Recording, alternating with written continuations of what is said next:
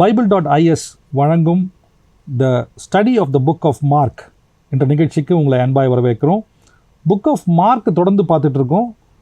இப்போ பார்க்க போகிற இந்த சாப்டர் வந்து ரொம்ப முக்கியமான chapter and it's in Mark chapter 14. இந்த பதிவுக்கும் brother MD Jegan from Heavenly Ladder Ministries வந்திருக்காங்க. Let's welcome him. Brother Jegan, welcome to the programs. First கிளிப்பை நம்ம பார்த்துலாமே. பஸ்கா பண்டிகையும் புளிப்பூட்டப்படாத அப்ப பண்டிகையும் வருவதற்கு இன்னும் 2 நாட்களே இருந்தன. தலைமை ஆசாரியர்களும் நீதிச்சட்ட ஆசிரியர்களும் இயேசுவை கைது செய்து அவரை கொல்லும்படி தந்திரமான ஒரு வழியை தேடிக் கொண்டிருந்தார்கள்.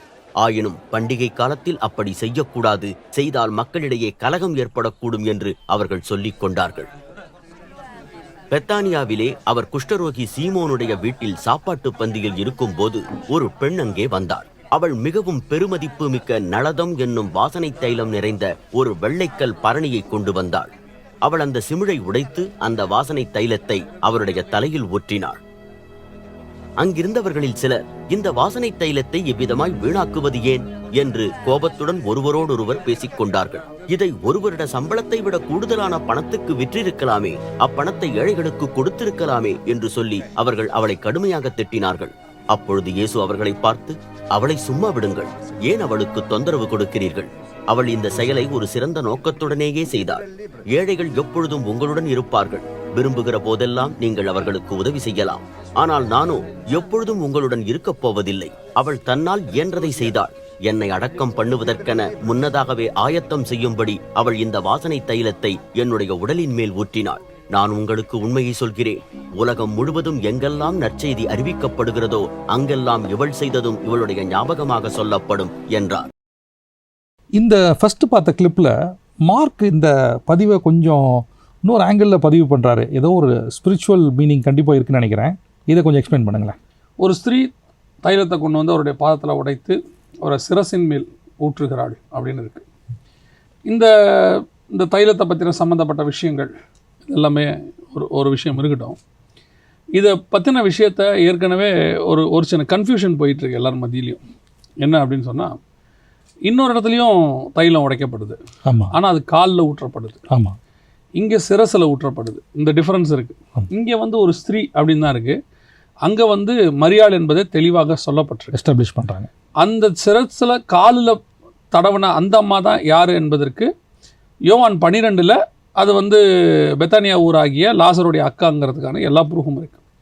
இந்த அம்மா யாராக இருக்கக்கூடும் அப்படின்றதுக்கான நிறையா அனுமானங்கள் போயிட்டே இருக்குது.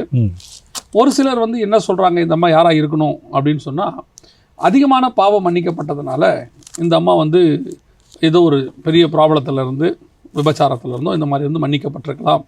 இன்னும் ஒரு சிலர் என்ன சொல்கிறாங்க, இந்த விபச்சார ஸ்திரீ ஒருத்தர் இருந்தாங்களே அவங்களா கூட இருக்கலாம் அப்படின்னு சொல்லி இவங்களை பற்றி நிறைய விளக்கங்கள் கொடுக்கப்படுது. பட் இந்த விஷயத்தை சொல்லும்போது இங்கே 2 விஷயத்தை நான் பார்க்குறேன். மிக முக்கியமாக இந்த 2 விஷயத்தை பார்க்குறேன். ஒன்று வந்து இயேசு தெளிவாக சொல்கிறாரு, சிரசின் மேல் ஊற்றப்பட்டதுக்கு ஆண்டவர் சொல்கிறதான அர்த்தம் என்ன அப்படின்னா, அவள் முந்தி கொண்டால் நான் அடக்கம் பண்ணப்படுவதற்கு எத்தனமாக என் சரீரத்தை தைலம் பூச முந்தி கொண்டாள் அப்படிங்கிறார். இப்போ நீங்கள் இதே காரியத்தை அப்படியே வச்சுக்கிட்டு கொஞ்சம் நீங்கள் அப்படி பார்த்தீங்கன்னு சொன்னால், இயேசு உயிர்த்தெழுந்த அன்னைக்கு தைலம் பூசுறதுக்காக ஒரு குரூப் போகுது. ஆமாம். ஆனால் தைலம் பூச முடியல. ஏன்னா அவர் பாடி இல்லை, உயிர்த்தெழுந்துட்டார். கரெக்ட். அதை பீன் பண்ணி தான் ஆண்டவர் இங்கே சொல்கிறாரு, அவள் முந்தி கொண்டாள். ஏன்னா அவங்கெல்லாம் பிந்தி வந்து அவங்க தைலம் தடவும் போது தடவுறதுக்கு அவர் பாடி கிடைக்காதுங்க. இப்போவே அதுக்கான அடையாளத்தை செஞ்சுருக்கிறா அட்வான்ஸ்டாக. இப்போ இதுக்கு முன்னாடி அதிகாரங்களில் தான் இயேசு தாம் பரப்போகிற பாடுகளை குறித்து எருசலேமுக்குள்ளே நுழைஞ்சிட்டார். ஸோ இயேசு வந்து கழுதின் மேலே வந்துட்டார், பலியாக அடையாளமாக வந்துட்டார். ஸோ வந்த பிறகு இயேசுடைய மரணம் தான் இன்னும் பாக்கி இருக்குது. அவர் பாடுபட்டு சாகணும். ஸோ இந்த அம்மாவுடைய இந்த தைலம் பூசுதல் அப்படிங்கிறது எதற்கான ஒரு அடையாளம் அப்படின்னு சொல்லி பார்த்தீங்கன்னு சொன்னால், இயேசு மரணம் அடைகிறதுக்கு எல்லாமே ரெடி ஆயிடுச்சு அப்படின்றதுக்கான ஒரு அடையாளம். இது ஒரு பக்கம். இன்னொரு புறம் இயேசுவை மரணத்துக்கு ஒப்பு கொடுத்தது யார் அப்படின்னு பார்த்தா இஸ்ரவேல் ஜனங்கள் ஒப்பு கொடுத்த போது, மரணத்துக்கு ஒப்பு கொடுத்த போது ஒரு கூட்டம் அவருக்கு ஆதரவாக இருக்குது, ஒரு கூட்டம் மரணத்துக்கு ஒப்பு கொடுக்குது, அவரை எல்லாம் நடக்குது. ஆனால் அதெல்லாம் தாண்டி இந்த மாதிரி ஒரு இதை செய்யக்கூடியதான ஒரு விஷயம் இயேசு எதை சொல்கிறாரு, என் சரீரத்துக்கு மரணத்துக்கு பிறகு நடக்கிற விஷயத்துக்கு இவன் முந்தி கொண்டாள்ன்றார். அப்போ ஒரு கூட்டம் மரணத்துக்கு பிறகும் என்னை தேடப்போகுது அப்படிங்கிறதுக்கான ஒரு அடையாளமாக இது இங்கே இருக்குது. இந்த மரணத்துக்கு பின்னாடி தேடுற கூட்டம் யாருன்னு கேட்டால் நீங்களும் நானும் தான். உயிரோடு இருக்கும்போது இயேசுவை தேடாத கூட்டம் யாருன்னா இஸ்ரவேலர்கள். அவர் மரணம் அடைந்து உயிர் தெழுந்த பிறகு அவரை தேடின கூட்டம் யாருன்னா நீங்களும் நானும். இதை நான் வெறும் என்னுடைய அனுமானத்தில் சொல்லலை. ரோமருக்கு எழுதும்போது தெளிவாக ஆண்டவர் சொல்கிறாரு, தேடாதவர்களாலே நான் கண்டடையப்பட்டேன். நான் இஸ்ரவேலருக்கோ நாள் முழுவதும் கை நீட்டி கொண்டிருந்தேன், அவங்க என்னை விட்டுட்டாங்க, நான் தேடாதவர்களாலே கண்டடையப்பட்டேன் அப்படிங்கிறார். ஸோ அதற்கான ஒரு அடையாளமாகவும் இது இருக்குது. ஸோ இந்த காரியம் இது ஒரு விதமான அபிஷேகம். நம்ம ஏற்கனவே உங்களுக்கு சொன்னோம் பார்த்தீங்களா, என்னென்னா 23ஆம் சங்கீதத்தில் சொன்னோம் இல்லையா, ஆமாம், என் பாத்திரம் நிரம்பி வழிகிறது, என் சத்துருக்களுக்கு முன்பாக ஒரு பந்தியை ஆயத்தப்படுத்தி என் தலையை எண்ணெயினால் அபிஷேகம் பண்ணுகிறேன். அதுக்கான தீர்க்க தரிசனம் நிறைவேறுதல் இது. அந்த அம்மா தைலத்தை கொண்டு ஊற்றுது. இதில் ஒரு அற்புதமான, எனக்கு படிக்கும்போது தெரிஞ்ச ஒரு விஷயம் என்னென்னா, இந்த அம்மா தைலத்தை சிரசின் மேலே ஊற்றுது. ஊற்றுற இயேசுவே யாருன்னா ஒரு தைலம்னு பைபிள் சொல்லுது. அவருடைய நாமம் ஊற்றுண்ட பரிமள தைலம் அப்படின்னு இருக்குது. அந்த தைலத்தின் மேலே இந்த தைலத்தை ஊற்றுறாங்க. ஸோ இதெல்லாம் இதில் இருக்கக்கூடியதான மிக முக்கியமான ஒரு விஷயம். ஆனால் இங்கே நம்ம பார்க்குற இன்னொரு துக்கமான செய்தி, இங்கே யூதாஸ் காரியத்தில் இருக்கிறார். அவன் என்ன பண்ணுறான், அந்த வெள்ளி பணம், ஆமாம், இதெல்லாம் பார்த்துட்டு தான் இருக்காரு, இதெல்லாம் அவர் பார்த்துட்டே இருக்கிறார். இப்போ அவர் சொல்கிறாரு, இதை விற்றுட்டு நம்ம என்ன செய்யலாம், 300 வெள்ளி பணத்தை இருந்துச்சுன்னா இதை ஏழைகளுக்கு கொடுக்கலாமே அப்படின்னு.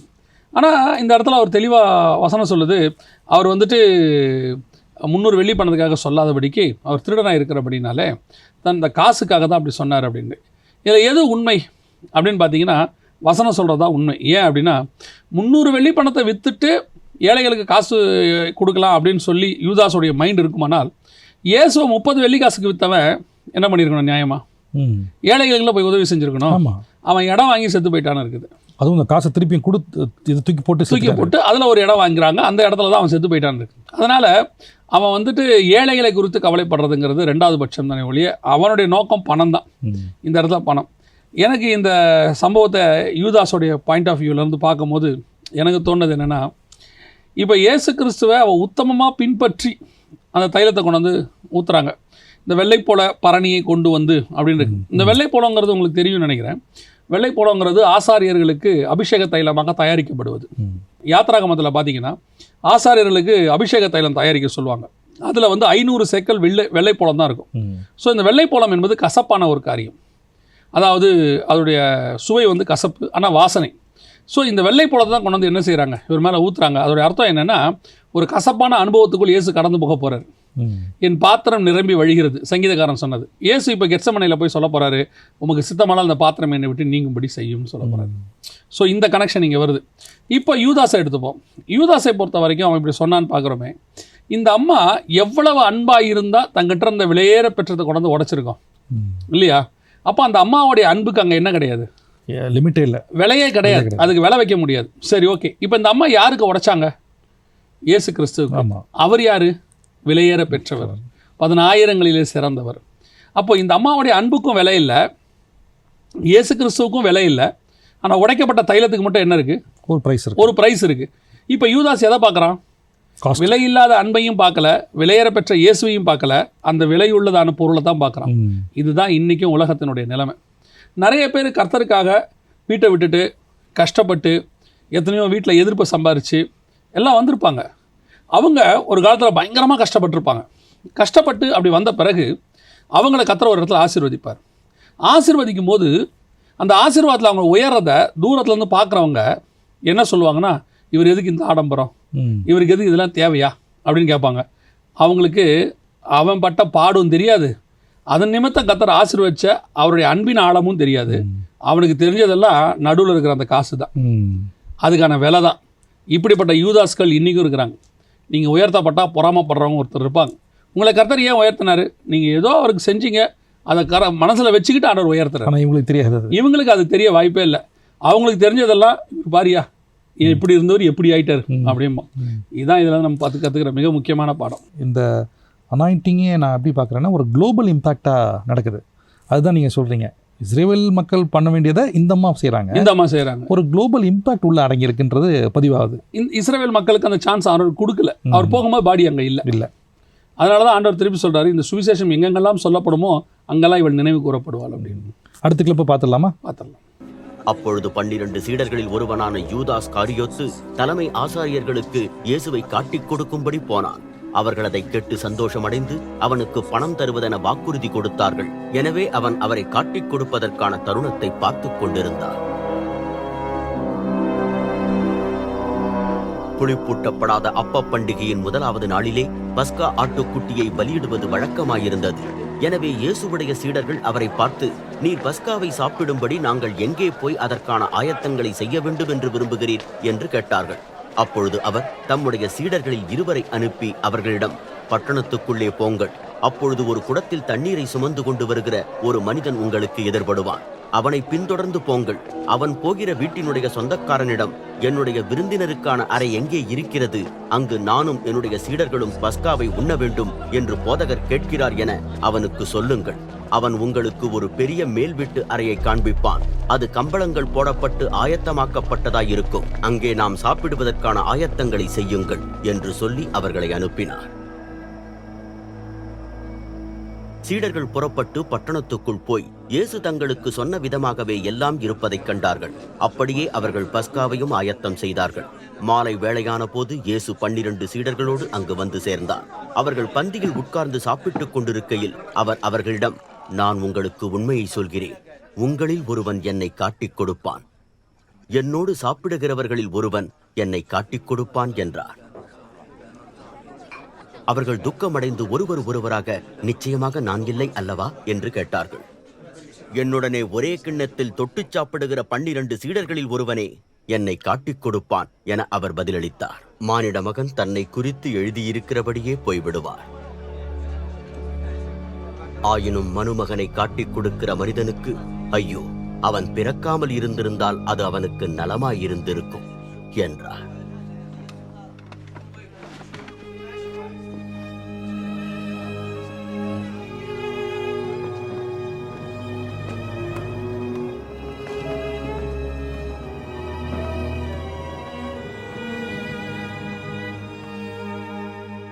அவர்கள் சாப்பிட்டுக் கொண்டிருக்கையில் இயேசு அப்பத்தை எடுத்து இறைவனுக்கு நன்றி செலுத்தி அதை பிட்டு தம்முடைய சீடர்களுக்கு கொடுத்து சொன்னதாவது, இதை எடுத்து சாப்பிடுங்கள், இது என்னுடைய உடல். பின்பு அவர் பாத்திரத்தையும் எடுத்து இறைவனுக்கு நன்றி செலுத்தி அதை அவர்களுக்கு கொடுத்தார். அவர்கள் எல்லோரும் அந்த பாத்திரத்திலிருந்து குடித்தார்கள். அவர் அவர்களை பார்த்து, இது புதிய உடன்படிக்கையின் என்னுடைய இரத்தமாயிருக்கிறது. இது அநேகருக்காக சிந்தப்படுகிறது. நான் உங்களுக்கு உண்மையை சொல்கிறேன், நான் இறைவனுடைய அரசில் திராட்சை பழ ரசத்துக்கு புதிதாக குடிக்கும் அந்த நாள் வரைக்கும் இனிமேல் இதை நான் குடிக்க மாட்டேன் என்றார். அவர்கள் ஒரு துதிப்பாட்டை பாடியபின் ஒலிவ மலைக்கு போனார்கள். இப்போ நம்ம பார்த்த கிளிப்பில் நிறைய விஷயங்கள் அடங்கியிருக்கு உள்ள. எக்ஸ்பிளைன் பண்ணுங்களேன். இதில் யாரை பார்க்க போகிறோம்னா மார்க்கை பற்றி பார்க்க போகிறோம். The writer. ஏன்னா இவரை பற்றி நம்ம நிறைய விஷயங்கள் ஃபஸ்ட்டு இதில் பார்த்தோம். நம்ம ஏறக்குறைய நம்ம 16-17 எபிசோடு கிட்ட வந்துட்டோம் நம்ம. ஸோ ஃபஸ்ட்டு எபிசோடில் இவரை பற்றி நம்ம பார்த்தோம் இன்ட்ரொடக்ஷனில். ஆமாம். இதில் அவர் இங்கே இருக்கிறார். இதில் அவரை பற்றி பார்க்கறதுக்கு முன்னாடி இதில் 2 முக்கியமான விஷயம் இருக்குது. ஒன்று, யூதாசனுடைய மிக முக்கியமான முடிவு, அவன் எடுக்கிறதான ஒரு முடிவு.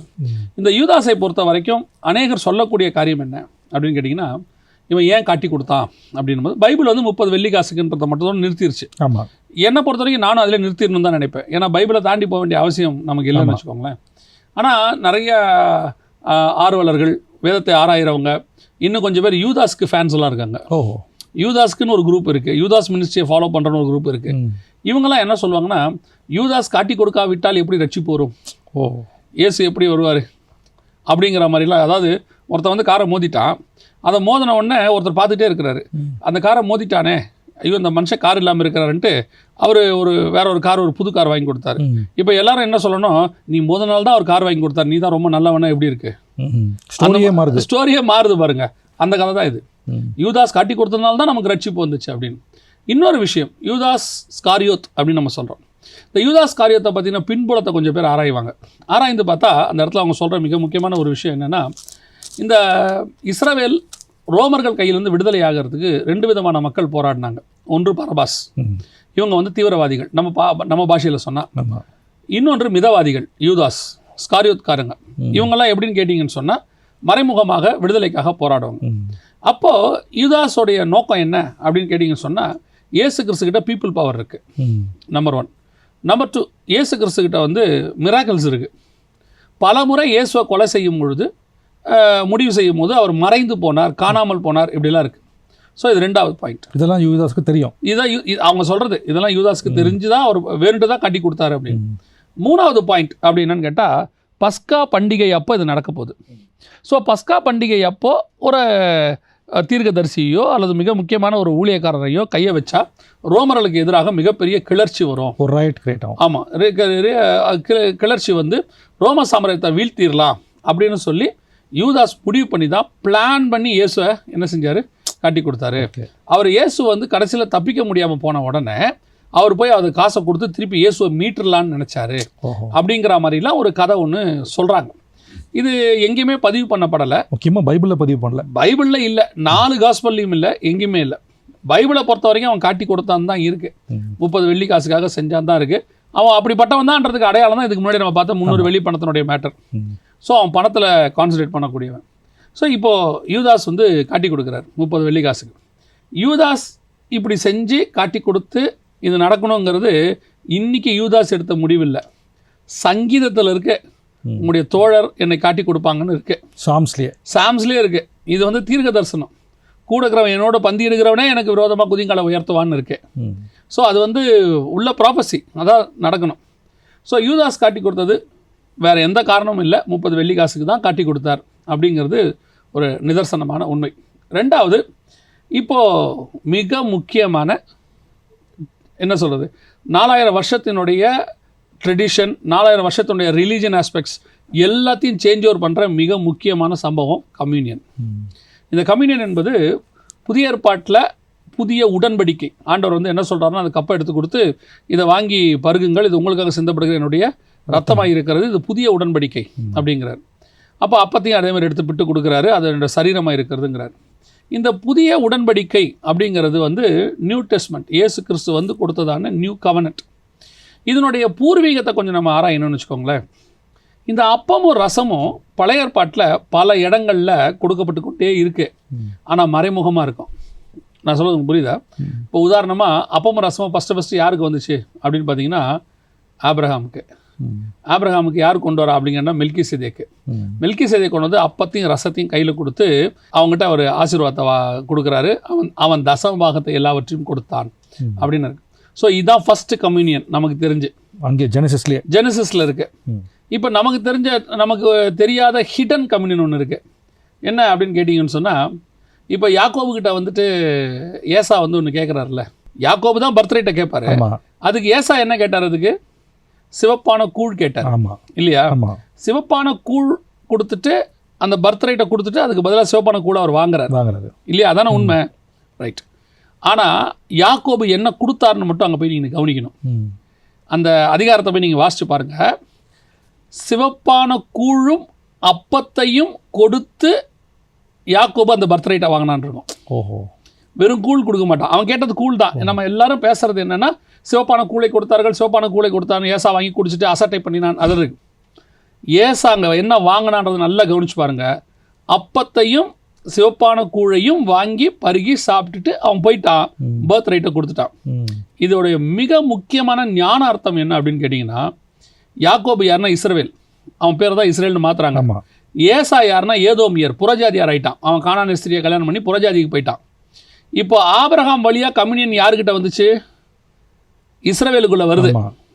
அப்பமும் ரசமும் கொண்டு வந்து மெல்கிசேதேக்கு கொடுக்குறாரு இல்லையா?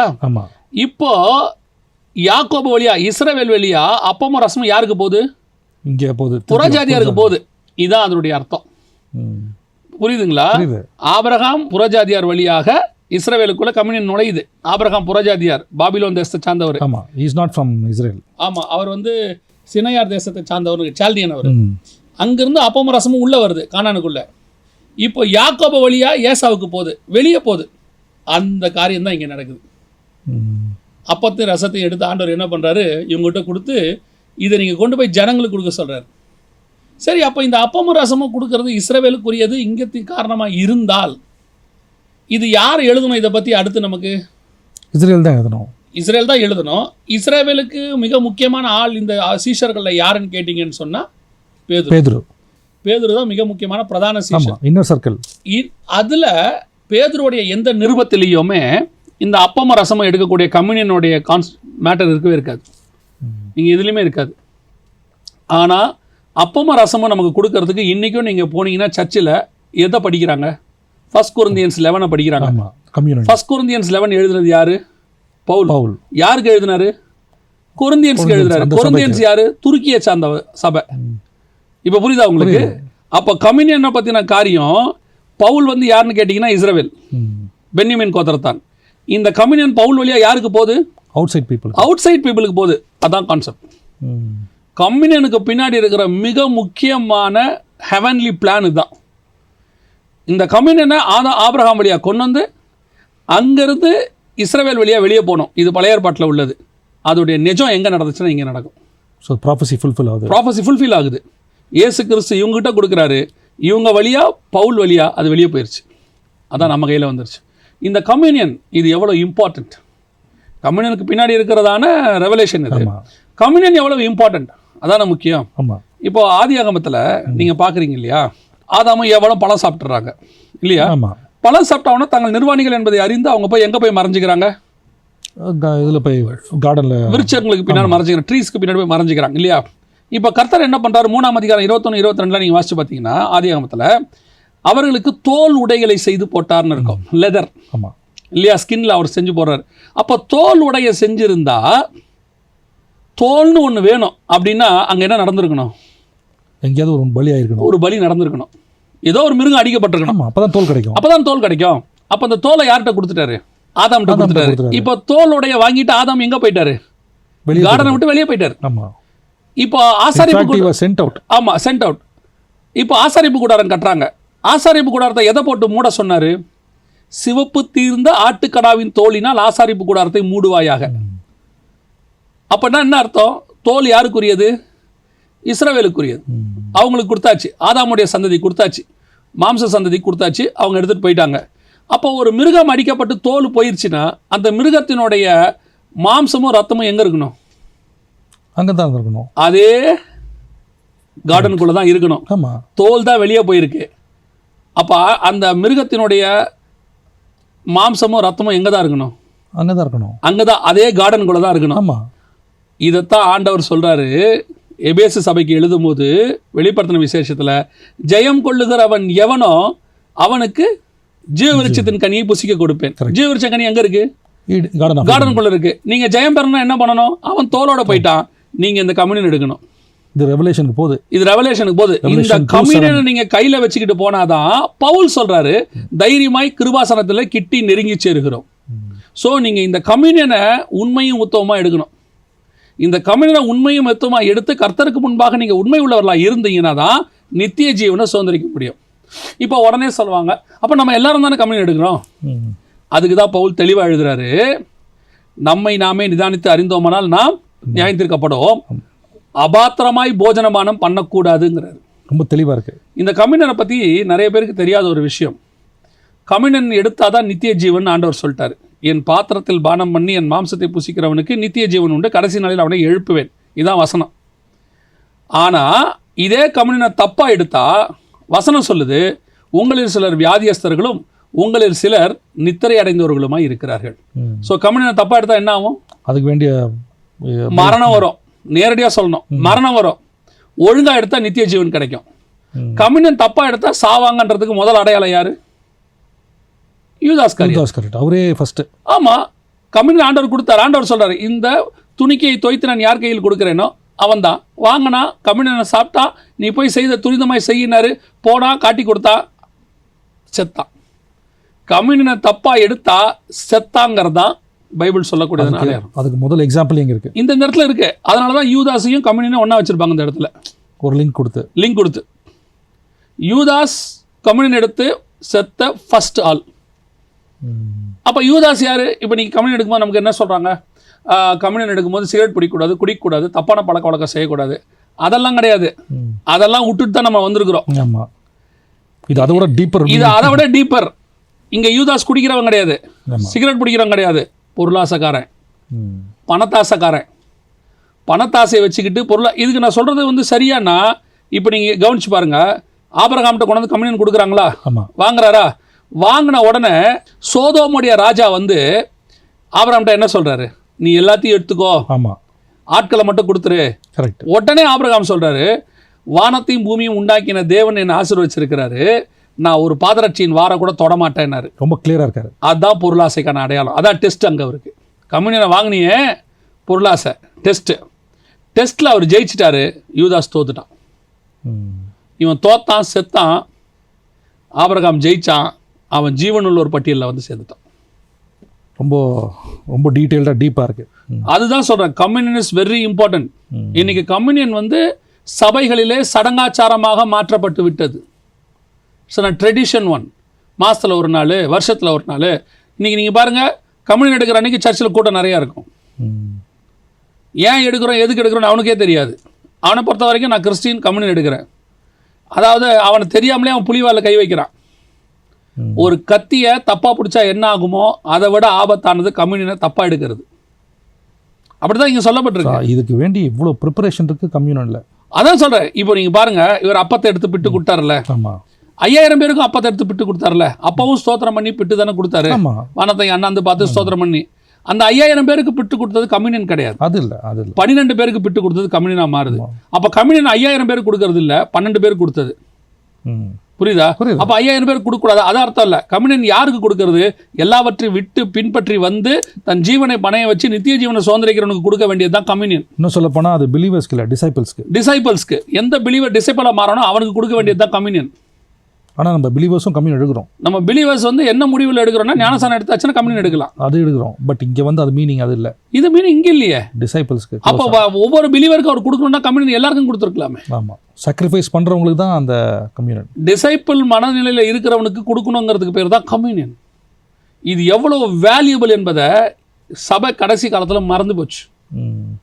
இதை வாங்கும்போது கை நடுங்கணும். அதை வாங்கின உடனே ஆபிரகாம் சொல்கிறான், கம்யூனியன் வாங்கின இந்த கையால் சோதோம் ராஜா கிட்ட இருந்து ஒரு பைசா வாங்க மாட்டேங்கிறான்.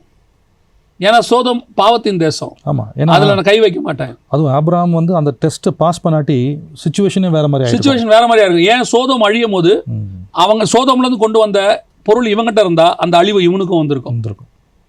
அதுதான் இதுக்கு முன்னாடி இருக்கிற மிக முக்கியமான கான்செப்ட். இவ்வளோ டீட்டெயில்டாக எக்ஸ்பிளைன் பண்ணீங்க பிரதர் ஜெகன். ஏன்னா இதில் நம்ம நேயர்களுக்கு கம்யூனியனை பற்றி நீங்கள் ரொம்ப டீட்டெயில்டாக இருந்துச்சு. ரெண்டாவது எவ்வளோ சீரியஸாக இருக்கணும்னு சொல்லி நம்ம பார்த்தோம். இந்த பதிவை பார்க்குறவங்களுக்கு நம்ம வாரம் வாரம் சர்ச்சில் கம்யூனியன் எடுக்கிறோம். ப்ளஸ் ரெண்டாவது மார்க் இதை பதிவு பண்ணுறதுக்கு ரீசனே நம்ம அதை புரிஞ்சு படிக்கணும்னு தான் நம்ம பார்க்குறோம்.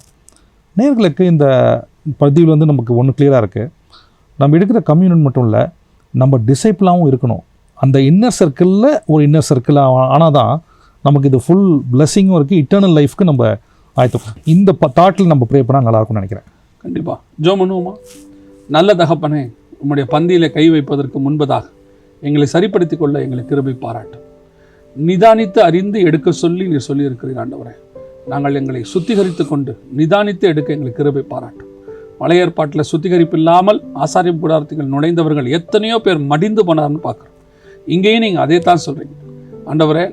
உண்மையும் உத்தமும் இல்லாமல் கம்யூனியன் எடுக்கிறவர்கள் வியாதியஸ்தர்களாய் மரணத்தை சந்தித்திருக்கிறார்கள் சொல்லியிருக்கிறேன். அப்படிப்பட்ட ஒரு நிலைமைக்கு நாங்களோ எங்களுடைய விசுவாசிகளோ சீஷர்களோ போகாதபடி கர்த்தர் வேலி அடைத்து பாதுகாத்துக் கொள்ளும், வழி நடத்தும். இயேசுவின் நாமத்தில் பிதாவே, ஆமென்.